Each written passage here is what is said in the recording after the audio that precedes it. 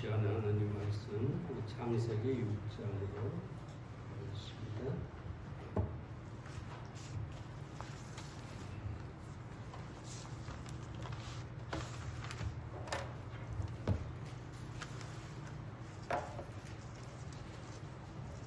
창세기 6장입니다.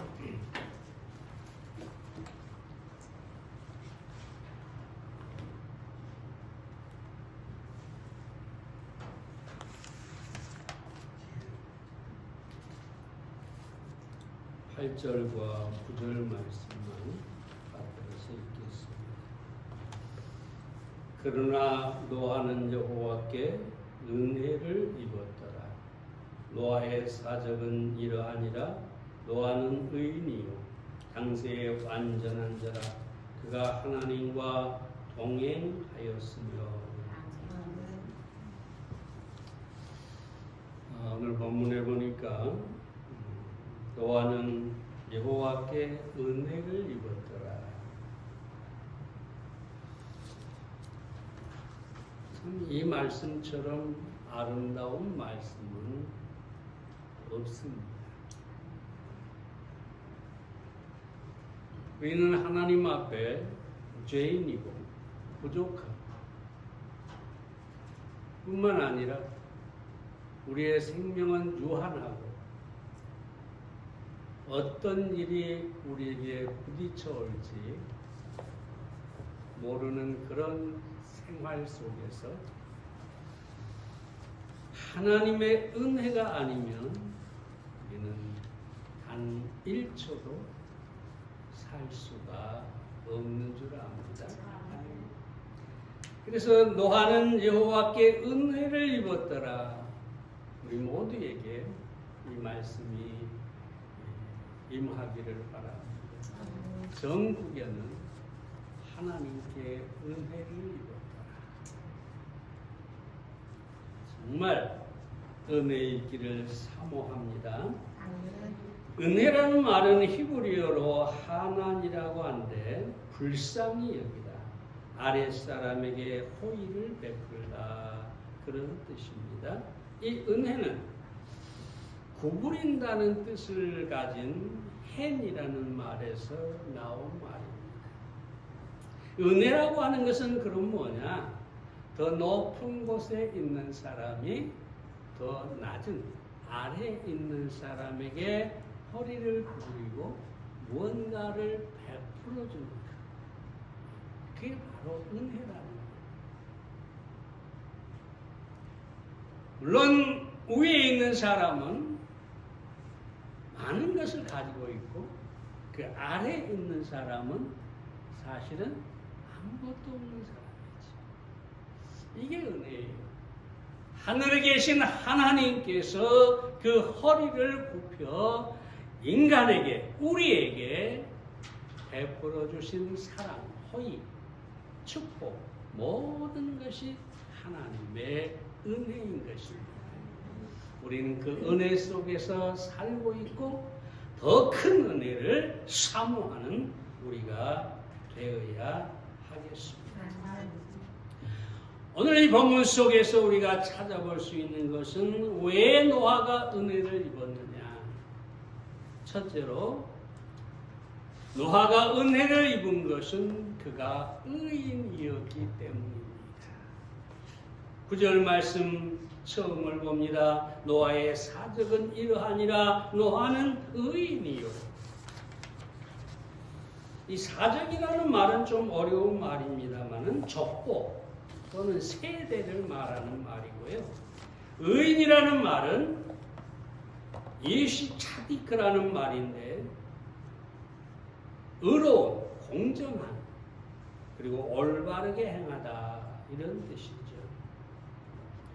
물론 노아가 의인이라는 말은 한 번도 죄를 짓지 않는 사람, 마치 예수님과 같은 사람이다, 이런 의미는 결코 아닙니다. 왜냐하면 로마 3장 23절에 모든 사람이 죄인이라고 분명하게 말씀했고 노아도 그 죄인 중에 포함되어 있기 때문입니다. 그렇다면 노아의 이 의인이라고 하는 것이 어디서 왔겠느냐?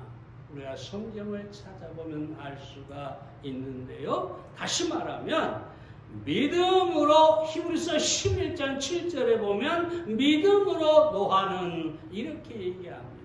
다시 말해서 노아는 믿음을 가지고 있었다는 것이죠. 그리고 창세기 15장 6절에 보면 아브라함이 여호와를 믿으니 여호와께서 이를 그의 의로 여기시고 라고 합니다. 로마서 우리가 잘 알지만 4장 5절에 보면 이를 아니할지라도 경건치 아니한 자를 의롭다 하시는 이를 믿는 자에게는 그의 믿음을 의로 여기시나니. 이 성경을 우리가 바라볼 때 노아의 믿음은 어디서 왔느냐? 무엇이냐? 그의 믿음이 의였다. 이렇게 우리가 말할 수 있겠습니다. 자, 그렇다면 우리가 여기서 생각할 교훈은 무엇일까요? 먼저 믿는 자에게 하나님께서 의롭다 하신다는 거죠. 이것은 전적인 하나님의 은혜라는 것입니다.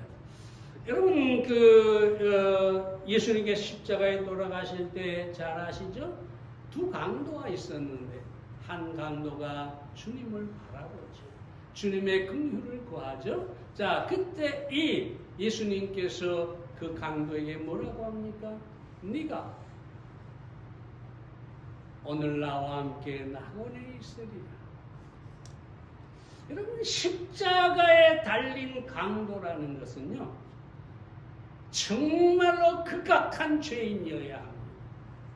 왜냐하면 십자가 형벌은 최고의 죄인이거나 아니면 반역자에게 내리는 형벌이었기 때문이죠.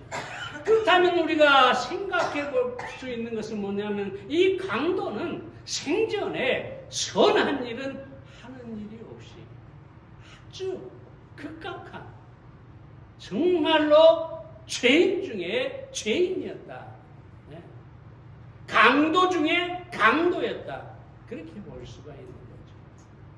그런데 우리 주님 뭐라 합니까? 네가 오늘 나와 함께 낙원에 있으리라. 무엇 때문일까요? 우리 주님을 바라보고 주님을 믿는 믿음이 있었기 때문에 그것을 의로 여기시고 구원하셨다.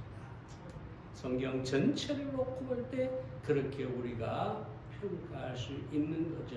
그래서 이 의롭다함을 얻는 의인이라고 하는 것은 절대적인 하나님의 은혜다. 우리의 행위가 단 1%도 없이 100% 하나님의 은혜다. 내가 하나님 앞에 의롭게 된 것도 전적으로 하나님의 은혜다. 종종 사람들이 교회를 다니면서 이 은혜를 깨닫지 못하고 늘 자기를 바라보죠.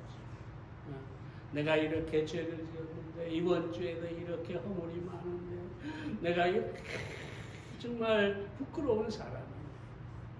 그리고 교회 와서 하나님 앞에 그 죄를 회개한다고 눈물 콧물을 짜는 사람들이 있습니다. 우리는 어떤 경우에도 알아야 할 사실이 하나님께서 우리의 믿음을 의로 여기셨고 우리는 의를 이미 소유했고 그 의는 하나님의 의라는 것입니다. 100% 하나님의 은혜다. 여러분 이 의를 가지고 있습니까? 한 가지 더 생각을 해보자면 노아의 의는 상대적인 의다. 무슨 말이냐? 믿음을 의로 여기셨지만 그것이 하나님의 은혜였지만 노아는 그 세대의 사람들보다 더 의로운 행위를 가졌다는 거지. 종종 은혜로 의롭다함을 얻었기 때문에 이제는 행위가 필요 없다. 내가 아무리 죄를 짓고 타락을 해도 상관없다. 이미 의롭게 됐는데 내가 지을 앞으로 모든 죄도 십자가에서 다 담당해 주셨는데, 그러므로 내가 죄를 지어도 아무 상관이 없다. 자유방임주의자들이 있는 것이죠. 여러분 분명히 알 것은 사도 바울이 갈라디아에서 이 자유방임주의자들이 이단이라고 분명히 말하고 있습니다. 왜 그러느냐? 내 안에 하나님의 의가 있고 그 은혜를 내가 온전히 소유했다면 문제는 당연히 우리 안에서 의로운 행동이 나와야 한다는 것이지. 다시 말하면 내가 구원을 얻고 의를 얻었다는 것을 무엇으로 증명하느냐? 내 의로운 삶으로 증명하는 것이지. 그래서 우리가 잘 알잖아요. 야고보서에서 2장 17절과 18절에서 뭐라고 합니까? 이와 같이 행함이 없는 믿음은 그 자체가 죽은 것이라. 혹 가로되 너는 믿음이 있고 나는 행함이 있으니 행함이 없는 내 믿음을 내게 보이라. 나는 행함으로 내 믿음을 내게 보이리라. 여러분 절대 여기서 행위로 의롭게 되고 행위로 구원을 얻는다는 것이 아닙니다. 이거 보세요. 뭐라고 합니까? 내 믿음을 내게 보이라. 나는 행함으로 내 믿음을 너에게 보이겠다. 이 말은 뭐냐? 행함이 믿음의 증거라는 거죠. 믿음을 증명하는 것이라는 거죠. 자기 안에 엄청난 자기 지갑에 돈이 있다. 내 지갑에 수표가 있고 뭐 내 지갑에 뭐가 있다. 큰 소리 빵빵 쳐놓고 식당에 가서 밥을 먹는 거예요. 마치 돈이 한 푼도 없는 것처럼 행한다면 그 사람은 돈이 있는 게 아니죠.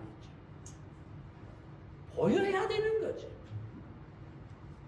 나는 화가다 그러면서 그림을 한 점도 누구에게도 보여주지 않았다면 그 사람은 화가가 아닌 것이지.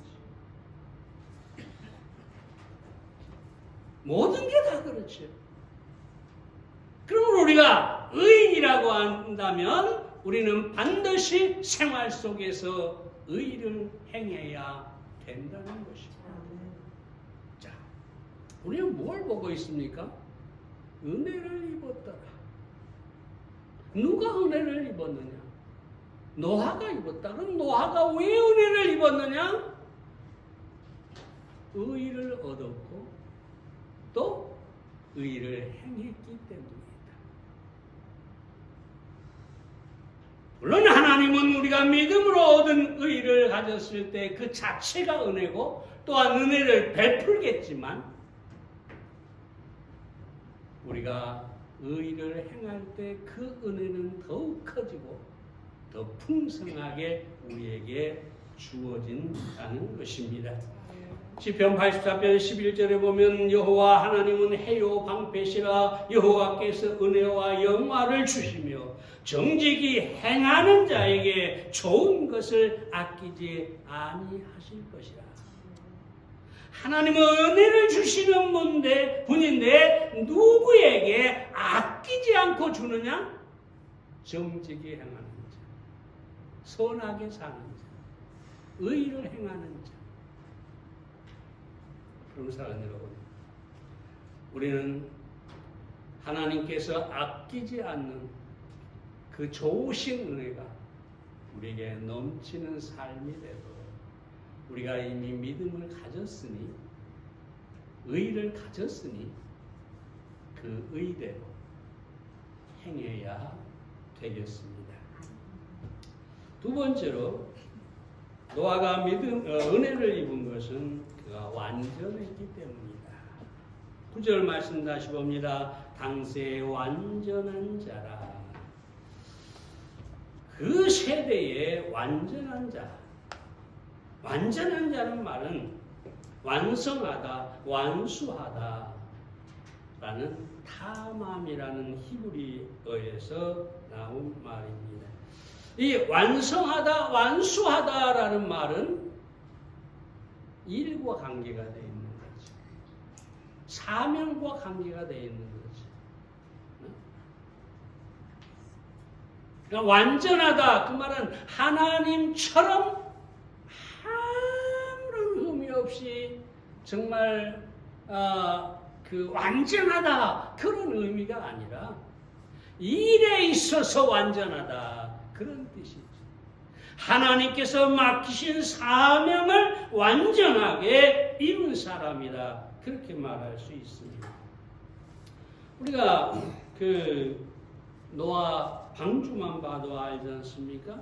600년을 살면서 노아는 수많은 하나님의 명령을 따르고 완수를 했겠지만 이 방주를 지으라. 여러분 늘 말씀드렸지만 이건 정말로 어려운 일이었어요. 요즘에 배를 만들어라. 어려운 일 아니죠. 수많은 배를 보았고 그 배들이 어떻게 역할을 하는지 다 알잖아요. 그 배를 만들라. 당연한 거죠. 그런데 창세기 2장 5절과 6절에 보면 여호와 하나님이 땅에 비를 내리지 아니하였고 그 다음에 6절에 보면 안개만 땅에서 올라와 온 지면을 적시었더라. 비가 없었어요. 600년을 살아오는데 비가 없었어요. 그런데 홍수라니요? 물로 심판을 한다니요? 이해할 수도 없는, 믿을 수도 없는 그런 일이었죠. 근데 놀라운 사실이 뭐냐? 노아는 그것을 믿었고 방주를 예비했는데 장장 120년 동안 방주를 지었다고 합니다. 산 꼭대기에서. 모든 그 시대의 사람들이 정말 인생을 즐기며 온갖 악을 행하며 쾌락에 빠져 살아가고 있는데 잘 알잖아요. 예수님이 시집가고 장가가고 했다고 노아 시대의 사람들이 그러니까 완전히 쾌락에 빠져 살고 있는데 노아 홀로 저 그 아들들과 함께 산 꼭대기에 가서 나무를 베다 방주를 지어요.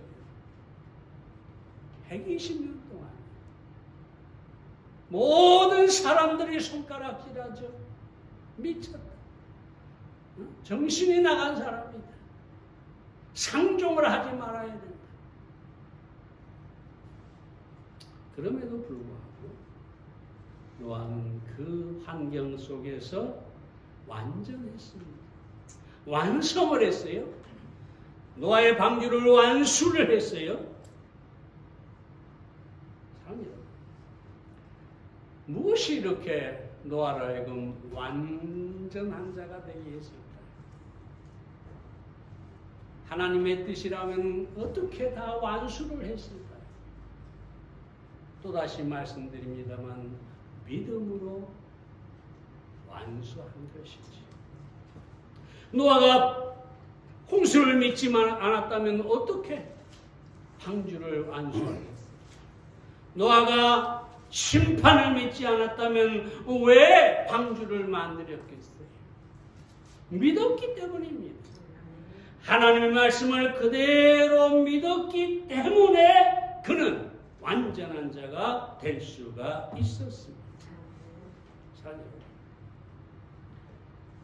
사도 바울이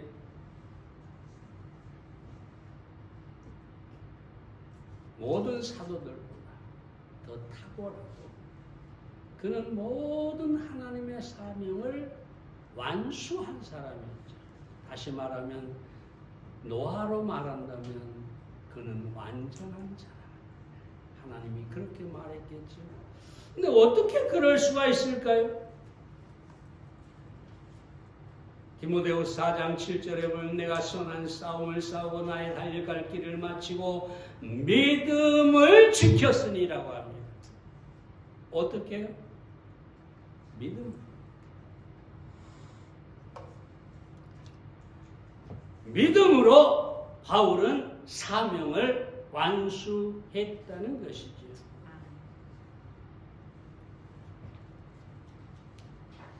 우리에게 하나님은 항상 완전을 요구합니다. 우리는 보통 그냥 하나님 나는 약합니다. 내 육신이 약합니다. 나는 완전할 수 없습니다. 물론 그렇죠. 완전한 사람이 세상에 어디 있겠어요. 근데 여기서 말하는 완전이라고 하는 것은 하나님께서 내게 맡기신 뜻, 하나님의 사명, 거기에 대해서 완전할 수가 있다는 거죠. 사도 바울처럼 노아가 방주를 완성한 것처럼 완전할 수가 있다. 자, 여러분, 이 완전함이 바로 하나님의 은혜를 가져온 것입니다. 하나님의 사명을, 하나님의 뜻을 단 하나도 이루지 않는데, 하나님의 뜻과 반대로 가는데, 거기 어떻게 하나님께서 은혜를 부어주겠습니까? 하나님의 뜻을 우리가 행할 때 하나님의 은혜가 부어지는 것입니다.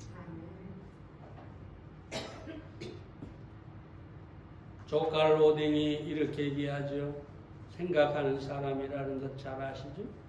자기 자신의 진정한 수명을 깨닫고 그 일을 게을리하지 않는다면 위대한 은총은 저절로 주어지게 될 것이다. 하나님께서 나를 부르신 목적 그리고 내게 맡기신 일을 게을리하지 않고 최선을 다한다면 하나님의 은혜, 하나님의 은총은 저절로 부어진다. 여러분, 정말로 하나님의 은혜 가운데 살기를 원하십니까? 완전한 자가 되시기 바랍니다. 하나님의 일에 있어서 완전한 자가 되시면 하나님께서 여러분에게 은혜를 베풀어 주실 것입니다. 세 번째로 노아가 은혜를 입은 것은 하나님과 동행했기 때문입니다. 9절 말씀 계속 봅니다. 그가 하나님과 동행하였습니다. 동행이라는 말은 걷다, 산책하다라는 뜻에서 온 말인데 함께 걷고 함께 산책을 한다 이런 뜻인데요. 하나님과 함께 걷는 것을 의미합니다. 다시 말하면 에녹이 300년 동안 하나님과 동행했는데 노아도 하나님과 동행했다는 것이죠. 그것이 바로 노아에게 은혜를 가져온 것입니다. 여러분, 이 동행에는 몇 가지 요소가 필요하죠. 더 많은 것이 있을지 모르겠지만 먼저 뜻이 맞아야 돼요. 하다못해 사업을 해도 둘이 동업을 하면 뜻이 맞아야 돼요. 뜻이 안 맞으면 할 수가 없죠. 두 번째는 목표가 같아야 돼요. 목표가. 예를 들어서 어떤 사람은 내가 이 사업을 해서 하나님의 영광을 위해서 내가 풍성하게 드리겠다 이런 목표를 가졌는데 한 사람은 내가 이 사업을 해가지고 좋은 차도 사고 좋은 집도 사고 내 인생을 마음껏 즐겨야겠다. 이 두 사람이 함께 걸을 수는 없는 것이죠. 한 사람은 정말로 이기적인 욕심을 가지고 있고 한 사람은 늘 이타적이라면 동행하기가 어려운 것입니다. 하나님의 영광이라는 목표를 가질 때 우리가 동행할 수 있지. 끝으로 희생이 있어야 합니다. 헌신과 희생. 이기적인 사람 절대로 둘이 모여서 함께 걸을 수는 없습니다. 거기에는 다툼만 일어나고 전쟁만 있을 뿐입니다. 네가 다른 사람이 더 갖는 것을 도저히 볼 수가 없죠. 자기가 더 가져야겠다. 그래서 이기주의는 절대로 이기주의자는 동행할 수가 없는 것입니다. 지금 우리는 사람과의 동행을 말하는 게 아니라 하나님과의 동행을 말하고 있습니다. 다시 말하면 우리는 하나님의 마음에 우리가 일치를 해야 되고 하나님의 원하시는 목표에 우리가 동의해야 되고 우리가 하나님 앞에 헌신해야 한다는 것이죠.